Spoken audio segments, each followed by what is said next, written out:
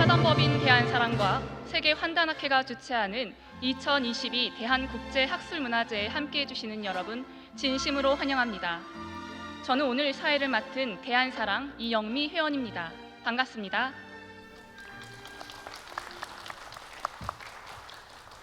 먼저 세 분의 논문 발표자와 토론 발표자 분들께서 자리해 주셨습니다. 사회를 맡아주실 청주대학교 양병기 교수님을 박수로 맞이해 주시기 바랍니다.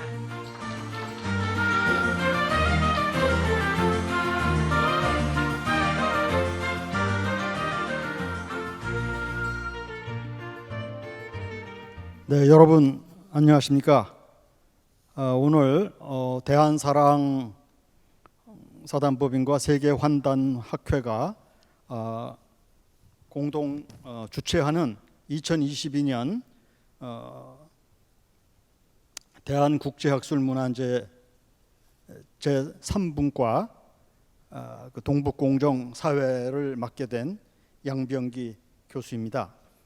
우선 무엇보다도 먼저 이런 뜻깊은 학술 행사에 초청해 주신 주최 측에 감사 인사를 드립니다.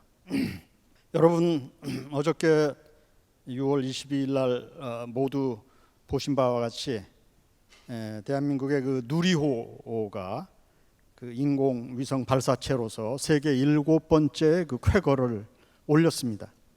최근 우리 한국의 경우를 보면은 그 국운과 국세가 날로 성장하는 그런 것을 우리가 다 보고 있습니다.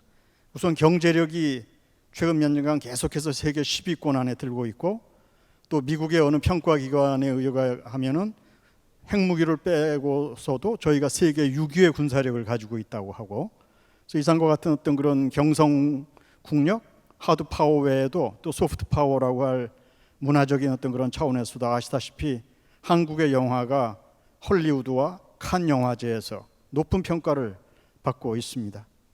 아울러서 또 BTS라고 하는 그런 한류의 어떤 대표적인 것이 유엔 총회와 미국 백악관 대통령의 바이든 대통령의 초청을 받을 정도로 지금 대한민국 수천 년 역사 속에 정치, 경제, 군사, 문화 모든 부면에서 저희들의 그 국운이 국세가 상승하는 것을 볼 수 있습니다. 이러한 과정에 최근 여러분 아시다시피 2000년대에 들어와서 중국이 이른바 동북공정이라는 그러한 어떤 정치적 차원에서의 그런 역사 재편성 그런 하나의 그 정책을 좀 추진하고 있습니다. 그 요지는 뭐 대개 여러분 아시는 바와 같이 중국의 한족을 중심으로 해서 그 외에 중국 주변 국가들의 역사를 조금만 관련이 있으면 전부 그걸 중국 역사 속에 편입시키려고 하는 그런 정치적 의도의 하나의 그 정책이 지금 실현되고 있습니다. 저희 지금 우리의 경우에는 예외가 아니죠. 특히 고대사 부문에서 이러한 점이 아주 굉장히 심각합니다.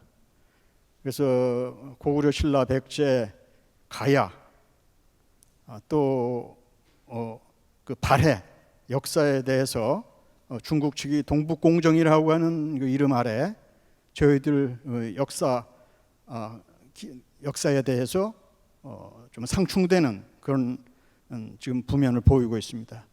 따라서 앞서 말씀드린 것처럼 지금 세계적으로 특히 통일이 되면은 더욱더 세계적으로 이제 저희가 역할할 바는 세계적인 중추국가로서 지금 역할을 평화 번영을 전 세계 인류의 평화 번영을 위해서 지금 중추적인 역할을 해야 될 것이 지금 앞에 보이는데 저희 역사가 온전치 못한 가운데 바로 중국 역사 속의 일부분이라고 하는 이런 역사적 정통성을 가지고서는 세계 무대에 당당히 서는 데 문제가 있을 것입니다.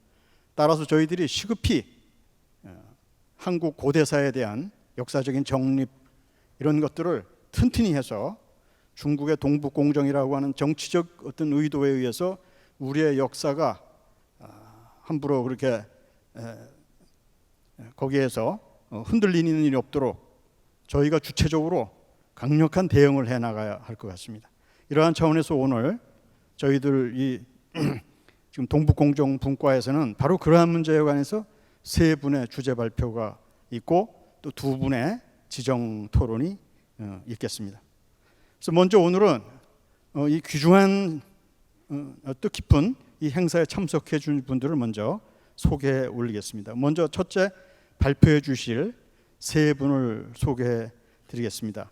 제가 지금 소개해 드릴 이 발표자와 지정 토론자 분들의 양력은 주최 측으로부터 전달받은 것을 중심으로 하는데, 혹시 소개해 드리는 가운데 좀 미흡한 점이 있으면 발표자나 토론자 선생님께서 추가로 자기 소개를 해 주셔도 좋습니다. 왜냐하면 이게 단순한 학술 행사가 아니라 이러한 경우에 또 같은 분야를 요구하는 동료 학자들이 모처럼 만나는 기회도 되고, 또 이거를 영상 매체를 통해서 보는 모든 분들에게 이 분야 역사적으로 지금 굉장히 중요한 과제를 수행하고 계시는 이분들이 전국의 시청자 여러분께도 또 이런 아주 훌륭하신 분들을 좀 알리는 기회도 된다고 보기 때문에 각별히 소개를 해 올리고자 합니다. 제일 먼저 그 사기 조선열전에 나타난 폐수 위치 고찰이라는 제목으로 발표를 해주실 정규철 선생님을 소개해 드리겠습니다. 정규철 선생님은 지금 현재 인하대학교 융합고고학과 박사과정에 재학 중이시고요. 또 상생문화연구소 역사 편집실장을 맡고 계시고, 주된 관심 분야는 하가점, 하층 문화입니다. 선생님 좀 소개가 잘 됐습니까? 예, 감사합니다. 그다음 두 번째로 한국 교과서에 나타난 세종 육진의 위치 비정 비판이란 주제로 오늘 두 번째 발표를 해주실 최온호 선생님을 소개해 올리겠습니다. 선생님은 인하대학교 융합고고학과 박사과정에 재학 중이시고요. STV 상생방송 총괄국장을 역임하셨고, 지금 현재 사단법인 대한사랑기획본부장을 맡고 계십니다. 주된 관심 분야는 한국 사상사입니다. 최온호 선생님 소개해 드립니다.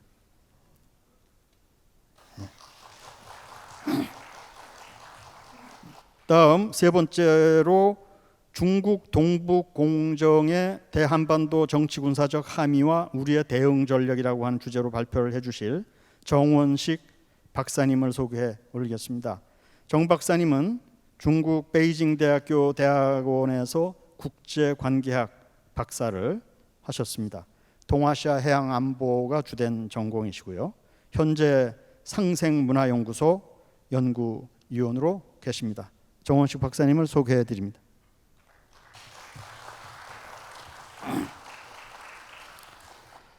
다음으로 지정 토론을 맡아 주실 두 분을 소개해 드리겠습니다. 우선 앞에 정규철, 최온호 두 분 발표자의 지정 토론을 맡아 주신 이완영 선생님을 소개해 드립니다. 이완영 선생님은 미래로 가는 바른 역사협의회 공동대표와 사무총장을 맡고 계시고요. 오늘 이 행사를 주최하는 대한사랑 사무총장을 지금 현재 재직하고 계시고, 인하대학교 대학원에서 융합고고학 석박사 통합과정에 지금 재학 중이십니다. 그 다음 세 번째 그 발표를 해주신 정원식 박사님 지정 토론을 맡아주실 이호윤 교수님을 소개해 드리겠습니다. 이호윤 교수님은 지금 현재 서울기독교대학 교황학부 교수로 재직하고 계시고요. 일본 리스메이강 대학에서 문학박사, 사학 주제로 문학박사를 취득하셨습니다.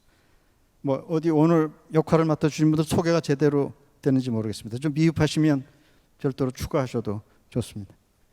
예, 다른 이의가 없으시면 오늘 이 학술 행사의 진행을 좀 안내해 드리겠습니다.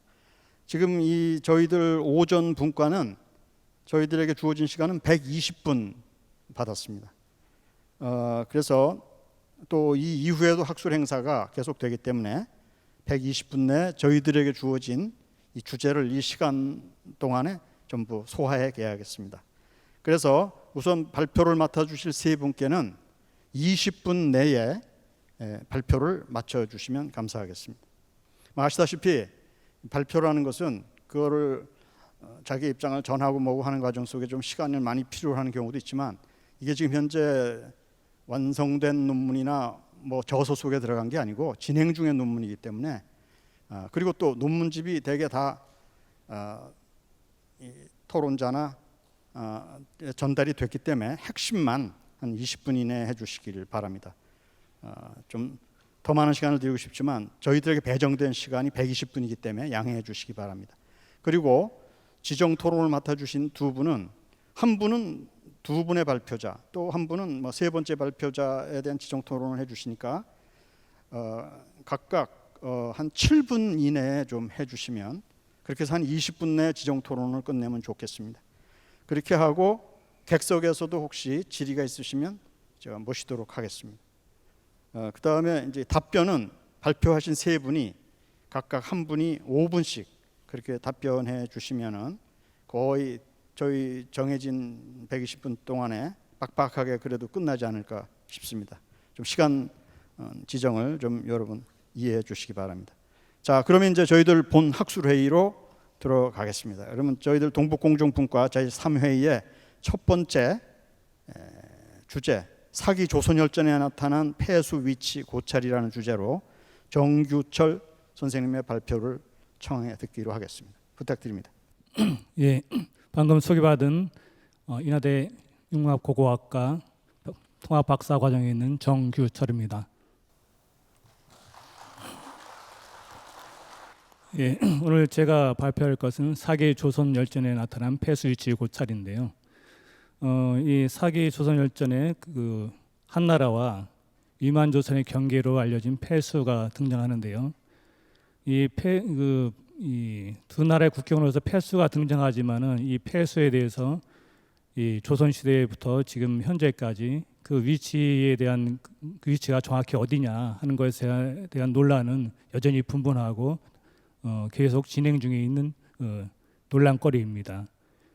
이 폐수 위치가 왜 중요하냐면은 우리 영토 사이에 있어 가지고 우리 고대 영토가 역사 영토가 어디까지 있었느냐 하는 문제인데 이 이것이 제대로 밝혀지지 않으면은 우리의 그러니까 역사의 그 영역이라는 것은 뭐 줄어들 수도 있고 더 넓어질 수도 있고 하는 문제입니다. 그렇기 때문에 이 폐수 위치가 여전히 중요한 문제인 것입니다.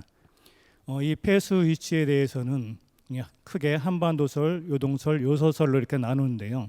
한반도설은 대동강, 청천강, 압록강으로 대별되고 있고요. 요동설은 언이하, 훈하 이렇게 또는 이제 요하 이렇게 설정하고 있고요. 요서설에 있어가지고는 대능하, 난하, 조백하 이런 설들이 있습니다. 현재 우리 국내 다수설은 충청강설과 압록강설이 다수를 이루고 있고 이것이 큰 지지를 받고 있습니다. 대한제국 이전의 폐수 위치에 대한 인식을 살펴보게 되면 조선 전기에는 한반도설이 통설이 됩니다. 이 세종실록을 보게 되면 대동강이 이 폐수가 되고 그다음에 압록강 동국여지승남에서는 압록강이 이 폐수가 되는데요. 그러나 그 조선 전기는 대체적으로 대동강이 폐수로 인식이 되고 있습니다. 그다음에 조선 중기 영조 이후에는 한반도설과 함께 요동설이 증가하게 됩니다. 이제 주로 이제 수많은 여러 학자들이 이 문헌을 분석하다 보니까 도저히 한반도에서는 이 폐수가 있을 수 있는 환경이 안 된다. 그런 것을 통해서 지금 그러니까 지금의 요령성 해성 지역의 언이하 관산 사서에서는 폐수로 인식하기 시작합니다. 그래서 이 조선 시대의 폐수설을 보게 되면 대동강설, 청천강설, 압록강설, 난하설, 언이하설, 훈하설, 요하설 이렇게 다양하게 등장을 하게 됩니다. 그런데 이 조선 시대의 폐수 고증의 문제점이 무엇이냐면은 고대부터 요동의 위치가 변함이 없다는 고정관념이 강하게 작용하고 있습니다. 따라서 이 고조선의 수도는 한반도 평양 중심으로 이해하게 되고 당연히 이 폐수도 고조선의 수도였다고 생각하는 평양을 흐르는 이제 이 대동강에 집중되게 됩니다. 이 한반도 중심 역사지리 비정은 대일항쟁기 일본인들의 반도사관을 고착시키는 근거로 작용하게 됩니다. 그리고 이것이 현재 우리 주리 역사학계에 똑같이 답습하고 있는 상황입니다.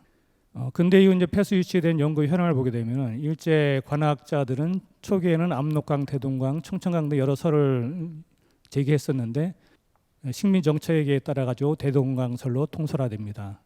이 광목 이후에도 이 반도설, 요동설, 요소설 등의 다양한 견해가 제시되고 있지만은 현재 한국 학계의 대다수는 폐수 유치에 대한 통설이 압록강과 청천강으로 고정되어 있습니다.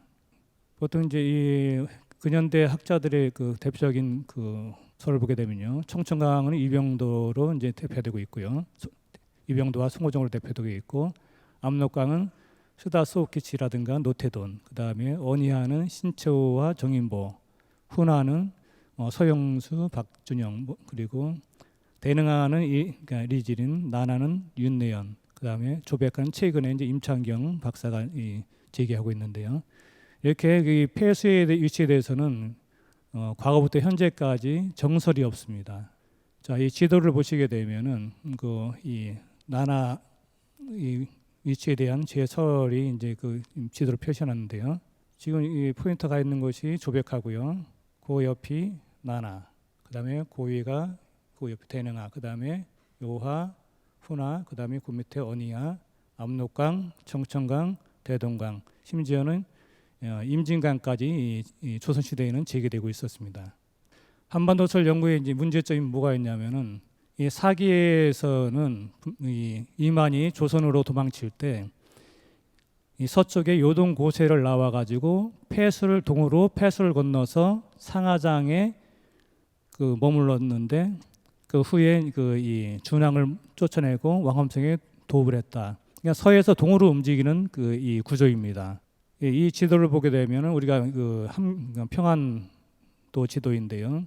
이 지도를 보게 되면은 이 평양 서쪽으로다가 방금 그 얘기한 서에서 동으로 이 그 지명들이 위치할 그 이 공간이 없습니다. 왜냐하면은 이 서해부터 평양까지 거리가 기껏해야 100리가 될 듯 말 듯합니다. 그러면은 그 100리 안에 거기가 상하장이 되어야 되는데 그 안에는 그럼 이만이 그 처음에 도망쳐 와서 자리를 잡게 되는데 그러면은 그 바로 수도 옆에다가 그 이 망명자의 어떤 그 세력을 두게 되는 거기 때문에 국가 안보에는 상당히 위협이 됩니다.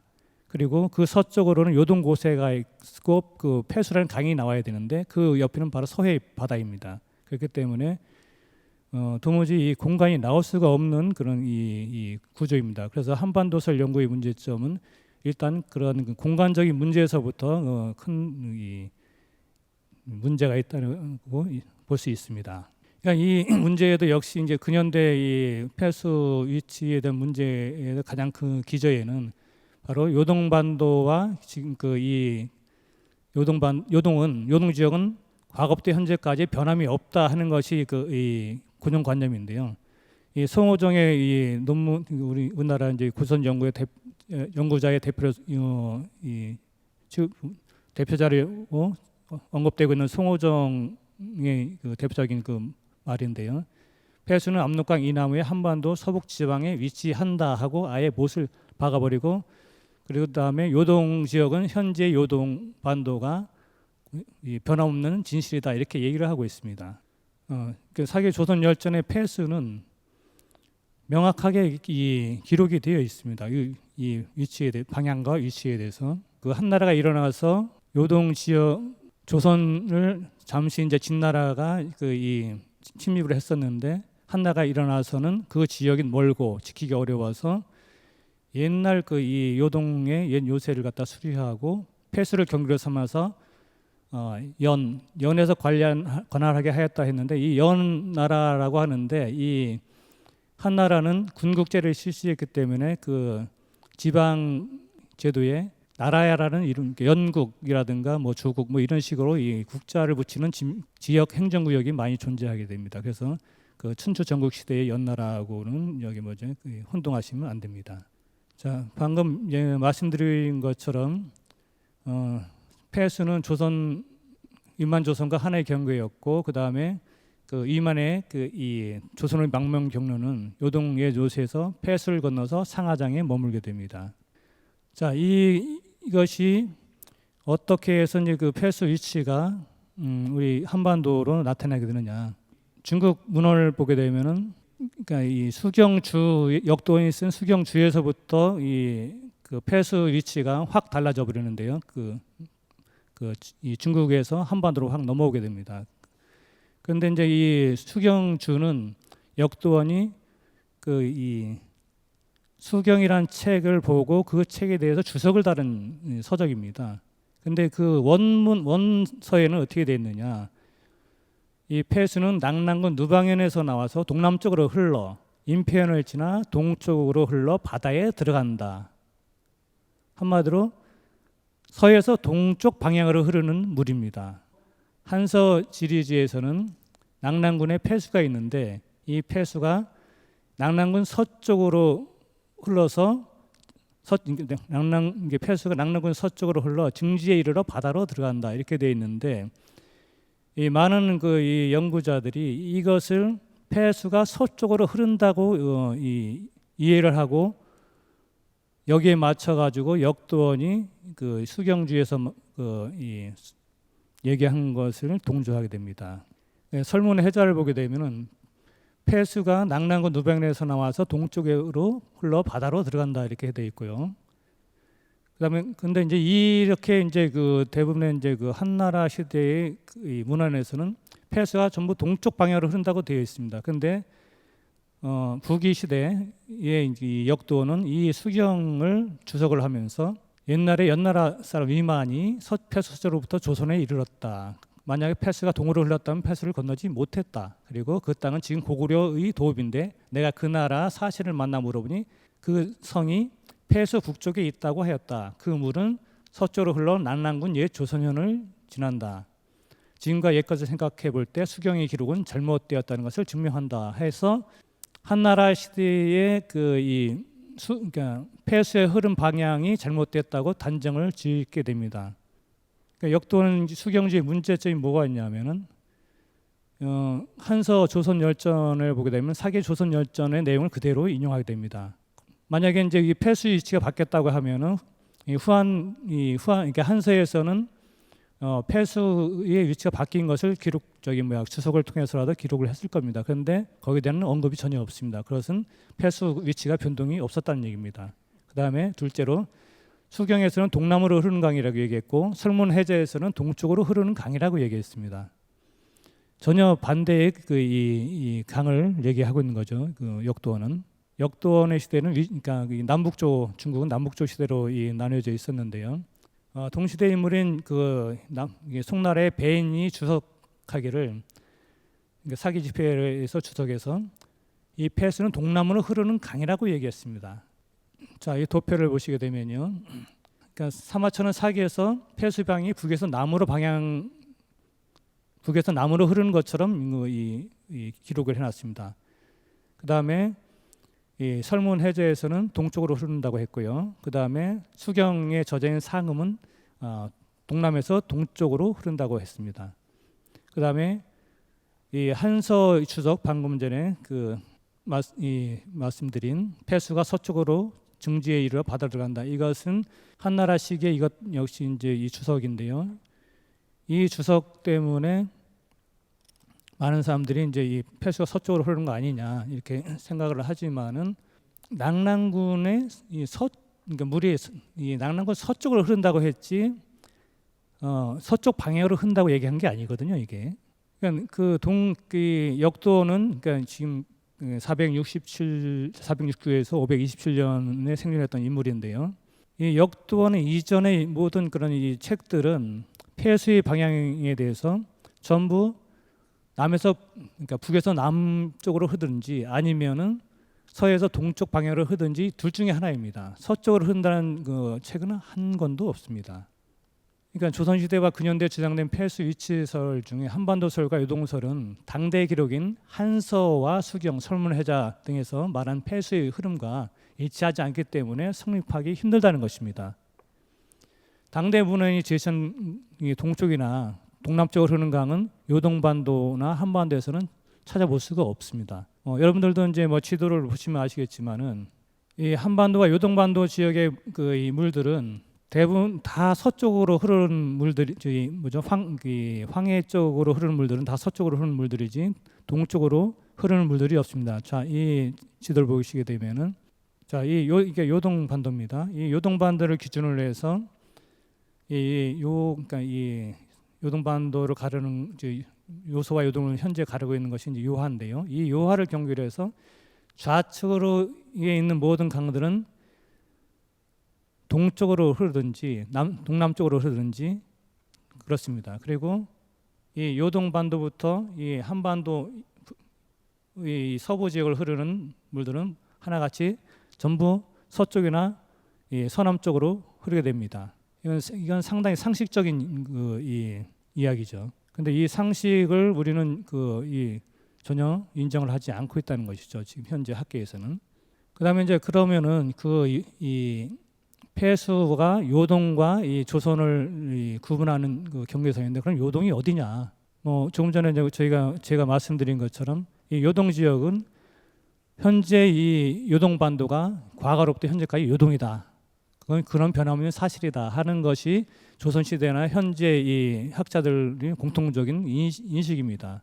그러다 보니까 이 폐수는 당연히 이 현재의 요하 서쪽으로 이 배치를 하지는 못하고 있었던 겁니다. 자, 그러니까 진나라와 한나라식의 요동에 대해서 이것도 사기에 뭐 잘 나와 있는데요. 사기 진시황 본계를 보게 되면은 진나라 영토는 동으로 바다와 조선에 이르고 여기서 바다라는 건 현재의 발해를 얘기합니다. 그리고 서로는 임조, 강중에 이르렀으며 남으로는 북향후에 이르고 북으로는 황하에 의지하여 요새로 삼고 음산을 따라 요동에 이르렀다. 이 음산은 현재 산서성 북쪽에 있는 이 산인데요. 예, 음산을 따라서 요동에 이르렀다 했고 그다음에 그렇다면은 그 음산이 끝나는 곳이 현재 이 내몽골 자치구 그러니까 중부 지역입니다. 그다음에 사기 흉노열전을 보게 되면은 모든 좌방의 왕과 장수들은 동쪽에 거주하고 상곡군에서부터 동쪽으로 예맥조선과 바로 맞대고 있다 했습니다. 이 상곡군이 어디냐? 여기는 현재 이 북정에서 서북 방향에 있습니다. 그리고 태양산과 그다음에 음산 그다음에 연산 산맥이 마주치는 지역인데요. 북경에서도 상당히 서북쪽으로 먼 거리에 있습니다. 그렇다면은 상곡에서 동쪽으로 바로 예맥조선과 맞대고 있다고 했으므로 이 당시 예맥조선이 현재 북경 지역에 있었다는 얘기가 됩니다. 당시의 이 요동 지역은 현재의 이 요동하고는 전혀 상관없이 현재의 북경 지역으로 인식되고 있습니다. 그것은 이제 이 당대의 기록인 사기에서 이렇게 밝히고 있는 문제인데요.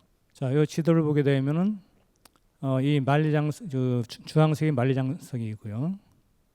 지금 빨갛게 원을 한 곳이 상곡이고 문헌에서 이 얘기하는 위만조선의 수도가 바로 이 파란색으로 동그라미 친 지역입니다. 예, 현재 이 지역은 다 하북성 경내입니다. 전혀 이 현재 요동 지역이라든가 한반도하고는 전혀 무관한 지역인 것이죠. 수경에서 얘기하는 요수라든가 모든 물의 흐름이 대부분이 하북성 지형에 맞춰져 있습니다. 따라서 특히 이제 왕엄성이 현재의 이 창녀 지역, 지금 갈석산이라고 하는 곳에 그 지역이라든가 지금 노령 그쪽에 있었다고 하면은 그 노령현을 바로 옆을 지나는 것이 나나인데요. 나나가 바로 그럼 수도 옆에 그러니까 국정이 바로 수도가 바로 폐수라고 하는 국정 바로 옆에 있게 되기 때문에 이거는 국가안보상 상당히 위험한 이 위치라고 볼 수밖에 없습니다. 따라서 이 나나는 폐수가 될 수 없고 그보다 더 서쪽에 있는 물이 이 나나가 되어야 된다고 하는 것이죠. 이렇게 봤을 때 현재 이 북경 동쪽을 흐르고 있는 조백하가 가장 유력한 이 물이 폐수가 될 수 있습니다. 현재까지의 이 폐수 위치에 대한 고증은 근본적으로 이 원점에서 다시 시작해야 된다. 당대의 문헌을 중심으로 해야지 후대에 그것이 그 왜곡된 그리고 이제 지명이 자주 이동하게 되는데요.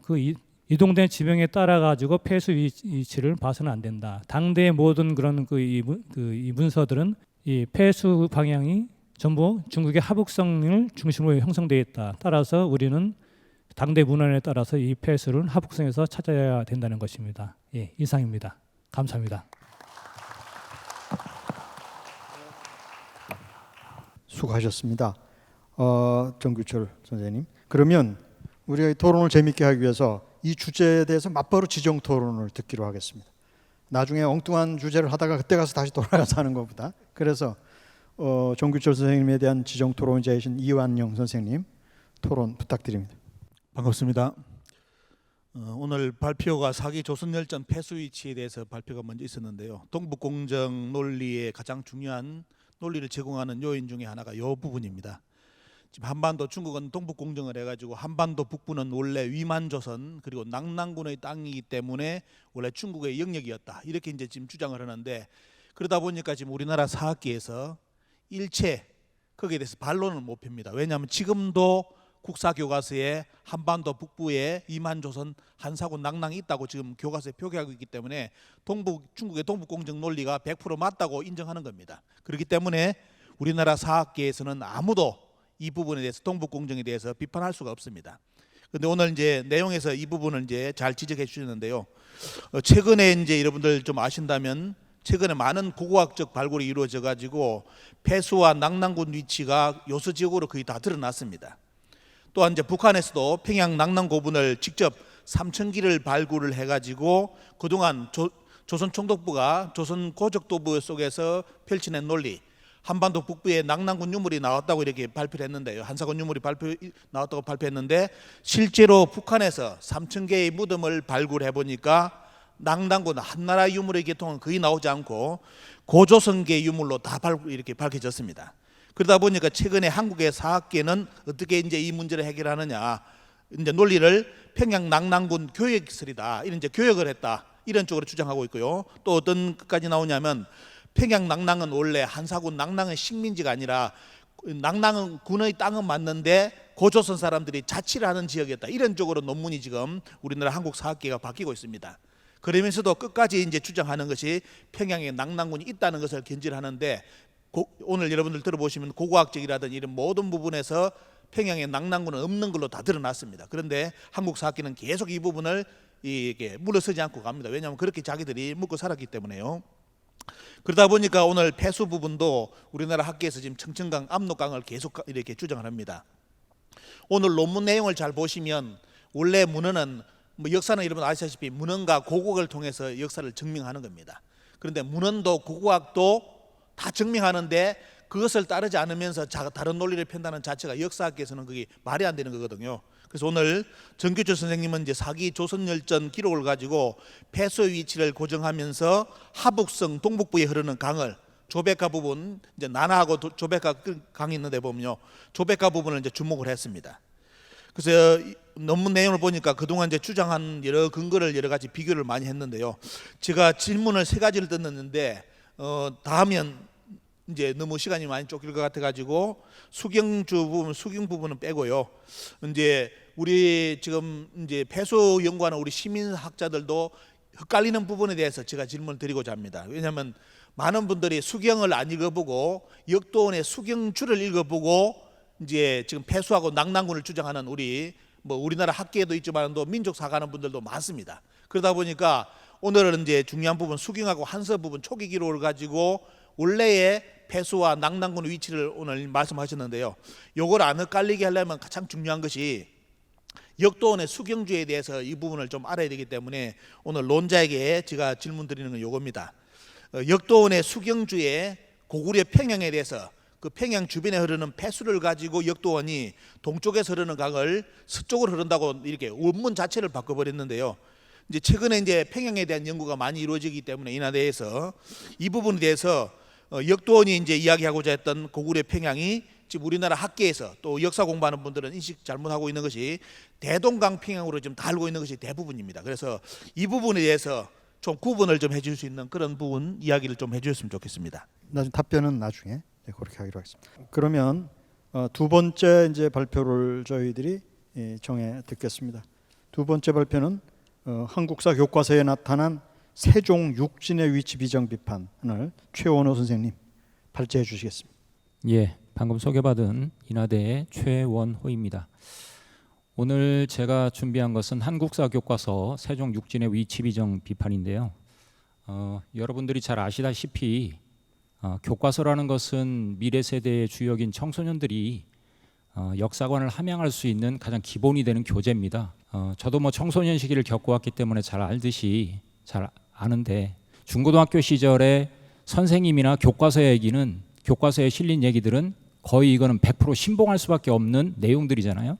선생님 말씀을 거역할 수 없고, 교과서에 이렇게 기록됐기 때문에 교과서를 기준으로 해서 시험을 보면 우리가 답을 골라내잖아요. 그렇기 때문에 지금 현재 고등학교 한국사 교과서에 실린 세종 육진의 위치 비정 비판이라는 것은 이것이 단순히 어떤 한 사건에 대한 이해를 우리가 잘 하느냐 못하느냐의 문제를 넘어서 가지고 우리가 조선시대의 국경사관을 어떻게 인식하느냐 하는 영토 인식에 대한 문제로까지 비약이 되는 문제입니다. 그래서 이 부분에 대한 우리가 그 제대로 된 이해를 하면 얼마나 우리 지금 현재의 역사가 문제가 많은지를 이해할 수 있는 부분인데요. 사실은 세종 육진 연구는 그동안 최근에 인하대를 중심으로 해서 윤한택 교수님, 그리고 복희대 교수님, 그리고 남의현, 이인철 등, 그리고 최근에 또 여말선초의 국경사관을 바탕으로 한 학위 논문, 박사학위를 논문을 받으신 허우범 교수님까지 많은 최근에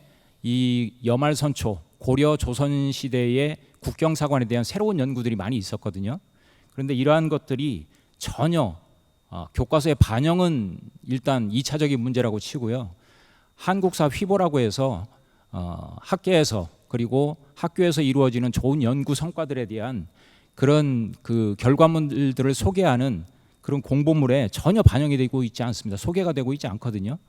최근에는 뭐 어제도 발표를 했었죠. 동국공정문과에서 최규웅 교수님하고 또 정택선 교수님께서 문헌 기록과 또 고지도를 바탕으로 해서 세종시대의 사군 육진의 위치에 대한 그런 연구들이 새롭게 많이 발굴이 되고 있는데, 뭐 이러한 것들이 이루어지고 있어도 소개가 되지 않고 국민들이 모르면 뭐 그러한 얘기들이 오고 가는지를 전혀 모르니까 어떤 문제가 있는지를 전혀 모르거든요. 그래서 그런 부분에 대해서 제가 오늘 좀 문제 제기를 하고 싶었고요.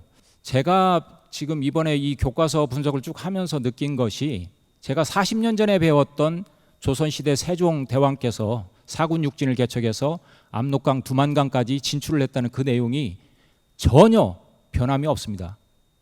하나도 변함이 없거든요. 40년 동안 그대로 유지가 되고 있다는 뜻인데, 그럼 과연 그것이 정말로 불변의 어떤 통설이고 정설이고 정확한 진실이냐, 또 역사적 사실이냐 하는 문제를 그 당대 기록인 세종실록 지리지에 실린 내용을 바탕으로 해서 좀 접근을 해봤습니다. 지금 목차는 뭐 이렇게 머릿말 본론해서 맺은말로 이어지는데요. 자, 우선 머릿말을 보면 고려사의 그 고려 국경에 대한 기록이 나와 있어요. 지금 보여드리듯이 그 기사리 서북 자당 이래로 이 압록 위환이고, 이 동북 즉 이 선출령 위계다. 그리고 개 서북 소지 불급 고구려, 이 동북은 과지다. 이렇게 기록되어 있는데요. 해석을 하면 그 사방 경계가, 고려의 사방 경계가 어떻게 되냐면 서북 쪽은 당나라 이래로 압록을 한계로 삼았고, 동북 쪽은 선춘령을 경계로 삼았다고 기록이 되어 있습니다. 근데 여기에서 이제 압록이라는 것은 뭐 방금 전에 제가 앞에서 말씀드렸듯이 최근의 연구 성과를 통해서 그 압록이라는 것이 지금 북한의 압록강뿐만이 아니고 그 이전에는 요하를 압록이라 불렀다는 그런 연구 결과가 나왔기 때문에, 사실은 여기 서북의 압록이라는 것도 지금 우리가 북한의 압록강으로 생각하면 잘못된 것이고요. 오늘 제가 살펴볼 부분은 동북지방이기 때문에 동북은 선춘령을 경계로 삼았다는 기록이 되어 있습니다. 그리고 그것은 예전 고구려 시대 때보다 넘어서 있는 그 범위다, 이런 기록이 있는데, 그럼 이 고려 시대의 그 국경을 정리한 이 고려사 지리지의 이 서문의 한 구절만 놓고 보더라도 우리가 조선시대에 세종대왕께서 사군육진을 개척해서 압록강과 두만강까지 그때 비로소 진출을 했다는 그 기록은 이 고려사 지리지 내용과 상충되는 거거든요. 그런데 우리는 지금의 그 교과서 서술 내용이 그게 진실인 양 사실인 양 그걸 믿고 있는 현실이라는 거죠. 그래서 이 문제에 대해서 오늘 잠깐 살펴보도록 하겠습니다. 자, 우선 세종육진에 관해서 교과서 서술 현황을 보면요, 지금 보여드리는 사진은 그 두 개만 이렇게 실었는데, 지금 현재 한국사 교과서가 고등학교에서 가르치는 교과서가 제가 본 걸로는 8종류거든요. 제가 듣기로는 9종까지 있는 걸로 알고 있는데 8종을 제가 바탕으로 해서 준비를 했는데, 금성출판, 그리고 동아출판, 미래엔, 그리고 비상교육, 지학사, 천재교육, 시마스, 해내메듀라는 이런 8종류의 교과서를 쭉 분석을 해보니까 공통되는 지도가 이 두 가지입니다. 그래서 비상교육에서 나온 그 지도를 보면, 교과서 지도를 보면 여러분들이 보시듯이 이렇게 압록강변에 사군을 개척해서 압록강까지 진출을 했고, 그리고 육진을 개척을 해서 두만강까지 진출한 것으로 이렇게 되어 있습니다. 그 이전에는 여기 점선으로 표시되어 있듯이 함경남도, 함경북도의 중부지방을 이렇게 흐르는 이어지는 이 선이 조선 전기의 국경선이었는데, 조선 세종 때 사군 육진을 개척함으로써 압록강과 두만강 지역까지 진출한 것으로 이렇게 기록을 하고 있거든요. 그리고 오른쪽에 있는 지도는 아예 사군 육진에 대한 구체적인 설명이 빠져 있습니다. 지도 자체가 이런 식으로 지금 교과서에 서술이 되고 있기 때문에 학생들이 교과서를 통해서 이해할 수 있는 것은 조선 전기의 국경선은 고려 시대의 천리장성을 바탕으로 한 것과 그렇게 큰 차이가 없다는 것을 느끼게 되는 거죠. 왜냐하면 보여드렸듯이 여기 이렇게 점선으로 이게 조선 전기의 국경선이라고 가르치니까요. 그리고 조선 세종 때 비로소 사군육진을 개척해서 압록강과 두만강까지 진출한 것으로 가르치니까 지금 이런 식의 지도를 보여주고 있고, 육진 개척에 대해서도 조선의 대외관계라는 외교 정책을 그 기술하는 부분에서 간단하게 설명을 하고 있거든요. 그래서 조선의 외교 정책이 4대 교린 정책이었다. 명나라에 대해서는 4대를 하고 일본이나 여진에 대해서는 한번 잘 지내보자 하는 교린 정책을 폈다는 식으로 이렇게 설명을 하고 있는데, 이러한 부분들이 얼마나 문제가 되는지에 대해서 한번 살펴보도록 하겠습니다. 우선 조선 전기에 그러면 이 역사지리에 대한 인식이 어땠느냐 하는 것을 좀 살펴볼 필요가 있는데, 조선 전기의 그 건국 직후기 때문에 항상 나라를 세우면 가장 중요한 것이 돈 문제거든요. 돈이 있어야 나라를 통치할 수 있을 거 아니겠어요? 그럼 그 돈은 어디서 나옵니까? 결국 백성들로부터 거둬들이는 조세 정책에 의해서 돈이 생기는 거예요. 통치 자금이, 나라를 운영할 수 있는 자금이. 그렇기 때문에 조세 정책을 시행하는 데 있어서 가장 중요한 것은 뭐냐면 행정구역을 정확하게 그 구획을 하고 거기에 백성들이 어느 정도 살고 있고 어느 정도의 그 생산을 갖고 있는지를 파악하는 거죠. 그렇기 때문에 조선 건국 초기에 가장 중요하게 여겼던 것이 뭐냐면 양반 관료 체제를 재확립하고 또 조선 경국전을 편찬해 가지고 중앙 집권적인 정책을 펼치기 위한 제도를 실시를 하게 됩니다. 그래서 이 조선 전기에 이 역사 지리서를 편찬을 하게 되거든요. 왜냐하면 지리서를 편찬을 해야 내가 통치를 하고 있는 이 나라가 어떻게 구성이 돼 있고 여기에 백성들이 어떻게 분포가 되어 있는지를 알 수 있잖아요. 그래서 지금 보여드리는 표와 같이 세종 14년에 팔도지리지를 편찬을 하고 단종 2년에 세종실록 지리지가 편찬이 되고 성종 12년에 동국여지 승남, 그리고 신증 동국여지 승남 등 조선 전기에 이렇게 대표적인 지리지들이 편찬이 되었던 겁니다. 그리고 이런 지리지를 편찬함으로 인해서 그런 제가 앞에서 말씀드린 이제 그 나라를 다스리기 위한 기본적인 통치 체제를 갖춰 나가게 되는데, 지금 보여드리는 이 구절을 보면 조선 전기의 이 동북면 지역에 대한 인식이 남달랐습니다. 사실은 남달랐는데 그걸 알 수 있는 내용을 좀 보면 조선왕조실록에 보면요, 조선왕조실록에 보면 동북면이라는 이 한 글자 키워드를 가지고 검색을 해보면 347회가 등장해요, 조선왕조실록에. 그런데 재미있는 것이 그 건국자인 태조 이성계로부터 세종대왕 때까지가 337회 등장합니다. 그러니까 전체 347회 중에서 337회 등장하니까 10번 빼고는 거의 이 태조로부터 세종 때 그 부분에 대한 기록들이 집중되고 있다는 것을 알 수 있거든요. 그만큼 왜 동북면에 대해서 조선 건국자들이 인식을 중요하게 생각했냐면, 여러분들이 아시다시피 태조 이성계는 동북면 지방 출신이에요. 그렇기 때문에 이 동북면에 대한 인식이 남달랐고 그 동북면에 대해서 상당히 관심을 가질 수밖에 없었던 거죠. 왜냐하면 조선 건국의 태생지잖아요, 거기가. 그래서 서북지방뿐만이 아니고 이 동북지방에 대한 인식이 남달랐기 때문에 태조 이성계가 그래서 조선을 건국한 이후에 그 태조실록에 보면 7년 2월조에 여러분들이 태조 이성계가 함께 그 대업을 완성했던 사람 중에 하나가 신하 정도전이잖아요. 그래서 이 정도전을 동북면 도선무 순찰사로 임명을 해가지고 그 동북면 지역에 대한 그 관리를 맡깁니다. 그래서 거기에서 관리를 하고 와서 그 보고하는 자리에서 태조 이성계가 그 정도전에게 했던 얘기가 지금 보여드리는 이 그 구절이거든요. 태조실록 태조 7년조에 있는데 경지 공이 부 윤관의다 해가지고 경의 공이 윤관보다 낫다. 윤관이라는 것은 여러분들이 잘 아시듯이 그 고려 예종 때 그 동북 구성에 윤관 구성을 그 여진족을 정벌하고 구성을 축조했던 인물로 알려져 있잖아요. 그래서 경의 공이 윤관보다 낫다. 윤관은 다만 구성을 쌓고 비를 세운 것뿐인데 경은 정도전 너는 주군과 행정구역을 만들었다는 거죠. 참로 거기로 가는 길을 잘 만들어 놨다는 거죠. 주군과 참로를 구획하고 관리의 명분까지 제도를 정하지 않은 것이 없으니까 삭방도를 다른 도와 다를 바가 없이 하였으니 공이 작지 않다. 그러니까 단순히 이 구절을 좀 자세히 우리가 이해를 하면 동북면 지역을 단순히 여진족을 토벌하는 데에서 그친 것이 아니라 그곳을 조선의 행정구역으로 분명히 만들었다는 거거든요. 만들고 또한 거기로 가는 길까지도 정확하게 역참로를 만들어냈다는 거예요. 그렇기 때문에 윤관이 구성을 그 축조했다는 그 공보다 더 크다고 이렇게 인정을 하고 있는 거거든요.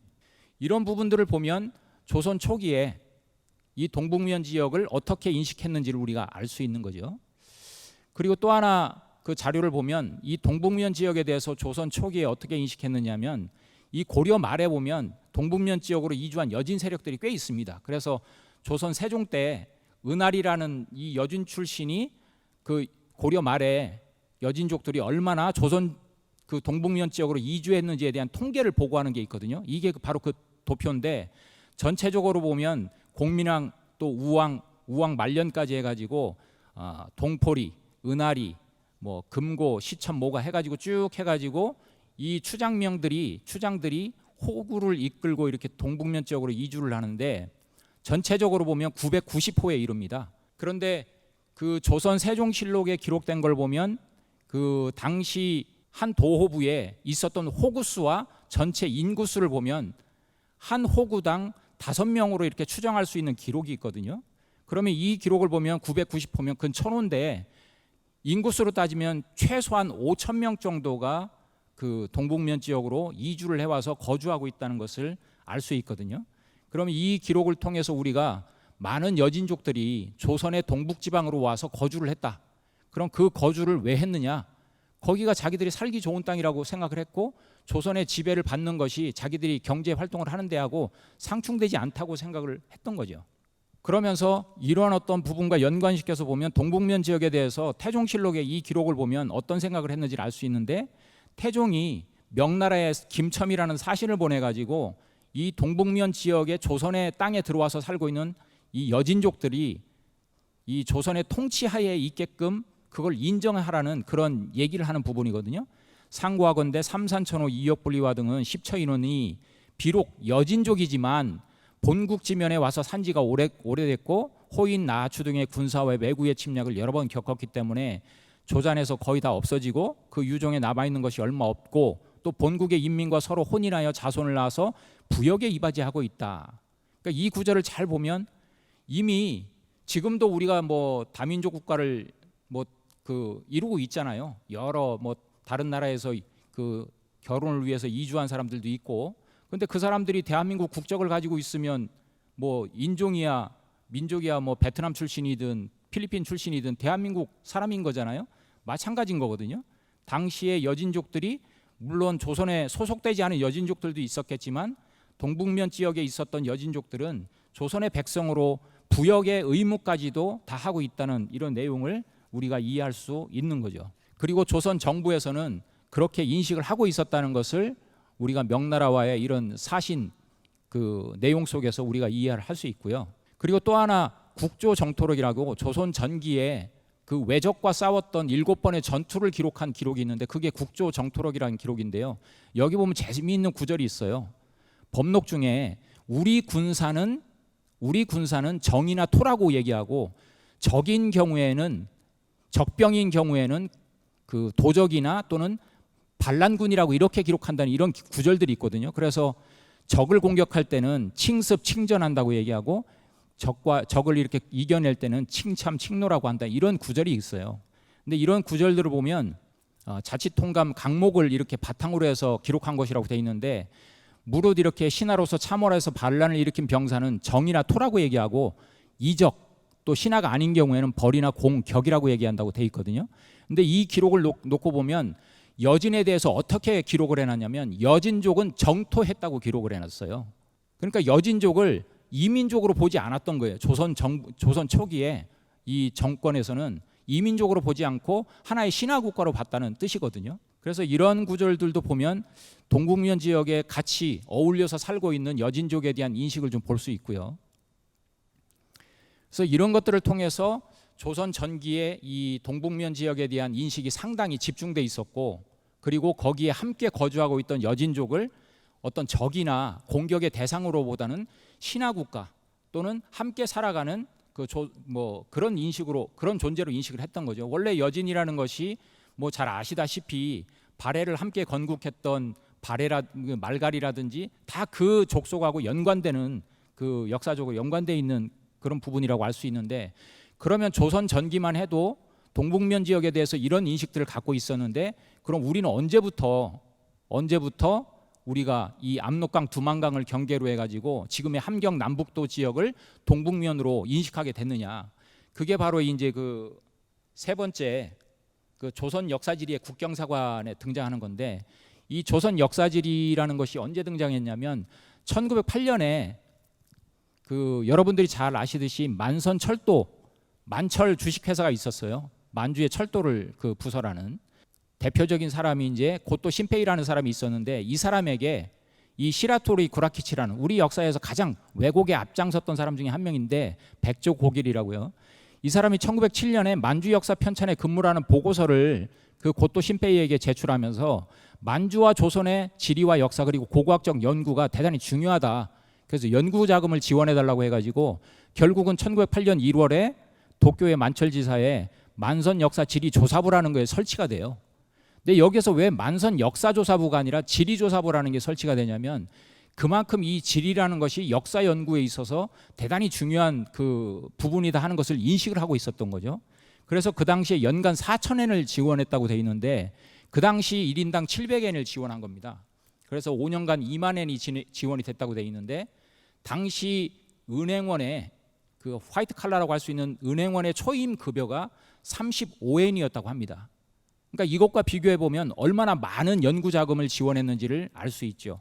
그래서 결국은 여기에서 지원을 통해서 만들어진 것이 만주 역사지리서와 조선 역사지리인데 이것을 지원했던 사람이 바로 이 고토 신페이인데 이 사람의 1914년 강연 구절을 보면 이런 얘기가 있어요.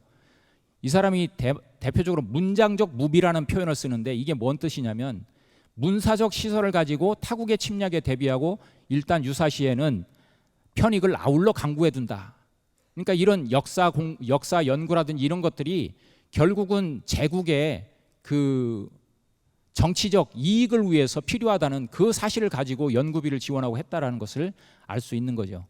그래서 조선 역사지리에 참여했던 사람이 바로 시라토리 구라키치가 주임을 하면서 이케우치 히로시 그리고 여러분들이 잘 아시는 스다 소키치가 조선 역사지리를 편찬하는데 조선 역사지리를 구성하고 있는 것이 2권으로 구성되어 있는데요. 1권과 2권에 그 인용된 서적들을 쭉 보면 이렇게 알 수 있고 특히 지금 오늘 살펴볼 조선 육진 그 부분은 조선 역사지리 2에 들어가 있는데 여기에 보면 삼국사기, 고려사, 동국 여지승남, 대동 여지도 등이 참고가 돼 있다고 돼 있습니다. 그런데 앞에서 제가 조선 전기의 관찬지리서를 보여드렸듯이 사실은 동국 여지승남보다 이전에 만들어진 것이 당대 기록으로 만들어진 것이 세종실록 지리지인데 그게 들어가 있지 않아요. 그리고 이 책의 구성을 보면 1권과 2권이 이렇게 돼 있는데 1권은 바로 신라 말까지 돼 있고 2권은 고려 때부터 조선 때까지 이렇게 돼 있는데 여기에 보면 22절에 선초의 두만강 방면의 경략 이 부분이 세종 육진에 관계된 기록들이 있습니다. 근데 이 책에 보면 부도가 실려 있는데요. 부도가 실려 있는데 이 그림 3이 바로 조선 역사지리 그 책에 실려 있는 부도입니다. 근데 한 가지 제가 이 아까 보여드린 우리 교과서 비상교육에 있는 교과서하고 좀 비교를 해드리겠는데요. 여기 보시면 아시듯이 조선 역사지리 그 부분에 부도로 실린 국경선을 보면 조선 전기에 여기 똑같이 이렇게 이런 식으로 국경선이 돼 있죠. 그리고 세종 사군과 육진이 개척하면서 압록강 두만강으로 진출한 것으로 돼 있습니다. 그런데 지금 비상교육 한국사 교과서에 보면 똑같이 그 국경선이 그어져 있어요. 그러니까 완전히 복사해서 붙여다 놓은 거예요. 그러니까 이미 1912년에 만선역사지리조사부에서 만든 조선 역사지리에 있는 부도의 내용을 지금의 한국사 교과서에 그대로 싣고 있다는 것을 우리가 확인할 수 있습니다. 이게 바로 그 원문인데 여기에 보면 이제 이 부분 여기가 이제 종성과 온성에 대한 육진 중에 하나 이 부분을 기술하고 있는데 이 부분을 보면 이런 내용이 있어요. 동국여지 승남의 원문을 이용하면서 거기에 대한 해석을 자기가 해석을 쭉 적고 있습니다. 앞에 있는 두 줄은 원문이고 여기는 자기가 해설을 하면서 쓰는 거고요. 여기도 원문을 인용하면서 밑에 해석을 하는 겁니다. 근데 여기에 보면 고주란 연고탑인데 늘 그렇듯이 과장된 말일 것이다. 조선인은 이러한 일조차 명백한 허언을 한다. 이게 뭐냐면 온성과 종성을 설치하면서 그 북쪽에 있던 고주의 인민들을 남쪽으로 이민을 시킵니다. 사민. 왜냐하면 거기를 좀 채워야 되니까 백성들을. 그렇기 때문에 고주에 있는 인민을 옮겼다는 것은 말이 안 된다. 왜? 그 고주는 연고탑인데 그 연고탑은 오늘날의 중국의 흑룡강성 목당강시 근처인데 거기에 있는 인민을 옮겨왔다는 것은 이미 그럼 거기는 조선의 땅이었다는 걸 인정하는 거니까 허언이라고 이렇게 얘기를 하는 거거든요. 그런데 거기에 대한 어떤 근거가 전혀 없어요. 그냥 저렇게 인용을 하고 자기가 생각하기에는 허언이다 이렇게 쓰고 있는 거거든요. 그러면서 만들어낸 것이 앞에 보여드린 그 지도고요. 그러한 것들이 이제 바탕이 돼서 오늘날까지 내려오고 있는데 제가 오늘 주목한 것은 지금 육진으로 비정되는 이 지역에 대한 최근에 그 북한에서 우리 남쪽의 평화문제연구소와 공동으로 편찬한 책이 이 조선 향토대백과인데 이 조선 향토대백과에서 싣고 있는 조선 육진에 해당하는 지역을 보면 지도로 이 부분입니다. 일본부터 시작해서 경흥, 경원, 온성, 종성 그리고 그 회령, 부령 이렇게 육진 지역인데 이 지역에 대한 그 조선 향토대백과에 보면 동서남북의 거리가 나와요. 그리고 전체 면적이 나오거든요. 그런데 이 면적과 조선왕조 세종실록 지리지에는 기가 막히게도 사방 경계가 다 기록이 돼 있어요. 그러니까 예를 들어서 경흥은 중심부에서 동쪽으로는 몇 리를 가고 서쪽으로는 몇 리를 가고 북쪽으로는 몇 리를 가고 남쪽으로는 몇 리를 간다는 기록이 있습니다. 사방 경계 기록이. 그러니까 그런 그 사방 경계 기록을 거리로 환산해 가지고 면적을 산출할 수 있거든요. 그 면적을 산출해 보면 지금 보듯이 총 면적이 경흥은 1369 평방킬로미터. 그런데 현재 조선 향토대백과에서 보면 940여 평방킬로미터로 나오거든요. 그래서 전체 육진을 다 기록을 해보니까 조선 향토대백과 지금의 그 일제 강점기에 만들어진 육진 그 위치를 보면 5110여 평방킬로미터밖에 안 돼요. 그런데 조선왕조실록을 기록으로 바탕으로 해보니까 12,000 평방킬로미터가 되거든요. 그러니까 단순 비교만 해봐도 약 2배 이상의 면적 차이가 나는 거예요. 그러니까 도저히 조선왕조 세종실록 지리지에 기록된 그 조선 육진에 대한 이 총 면적은 지금의 일본 강점 그 대일항쟁기에 조선 총독부에서 만들어 놓은 그 육진의 비정지역과는 엄청나게 차이가 날 수 있다는 것을 넘어서고 있다는 걸 알 수가 있는 거죠.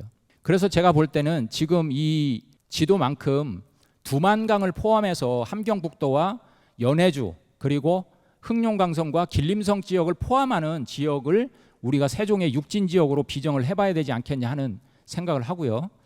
여기에 이제 결정적인 그 육진 중에서도 가장 북방 지역으로 인식이 되고 있는 경원도부의 공엄진과 선춘령에 대한 기록이 아주 자세하게 돼 있는데, 여기에 쭉 기록을 보면 쭉 그 길 어디로 어떻게 해서 가는지 이 길이 자세하게 나와 있거든요.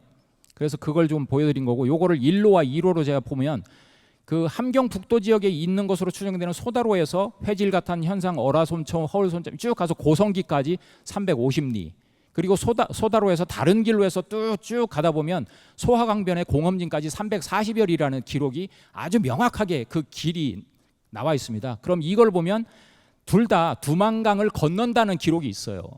그러면 이미 두만강을 건너서 북쪽으로 여러 길을 가서 350리, 340리를 간다는 것은 심리가 그 당시에는 4.7km 됩니다. 지금은 심리가 4km지만, 그러니까 이미 100km에서 200km 전후를 더 간다는 뜻입니다. 북쪽으로, 동북쪽으로. 그걸 알 수 있고, 또 수빈강에 대해서 쭉 나오는데 이것도 소하강이 돼서 공엄진 선충령으로 간다는 기록이 있고요. 그래서 복기대 교수는 경원도부를 지금의 그 길림성과 흑룡강성 근방으로 보고, 이인철 교수도 마찬가지로 그쪽으로 보고 있지만 공엄진과 선춘령 비정도를 어디로 보냐면 대수분하로 봅니다. 그래서 지금 보여드리는 지도와 같이 목당강시 동령현 쪽에 이쪽으로 보고 있다는 것을 알 수 있습니다. 그러니까 이미 다 두만강을 넘어서는 거거든요. 마지막으로 정리를 해보면 이 연해주 지역에서 조선식 산성이 발견됐다는 기록이 나오는데, 이 아까 보여드렸던 기록에 보면 세종실록 시리즈에 보면 두만강 하류 강을 건너서 넓은 들 가운데 심리되는 지역에 큰 현성이 있다고 돼 있죠. 이게 지금 최근에 2017년도에 아르제미에바라는 그 러시아 학자가 연구한 결과를 보면 15세기의 조선식 산성이 연해주 지역에서 발굴이 되거든요.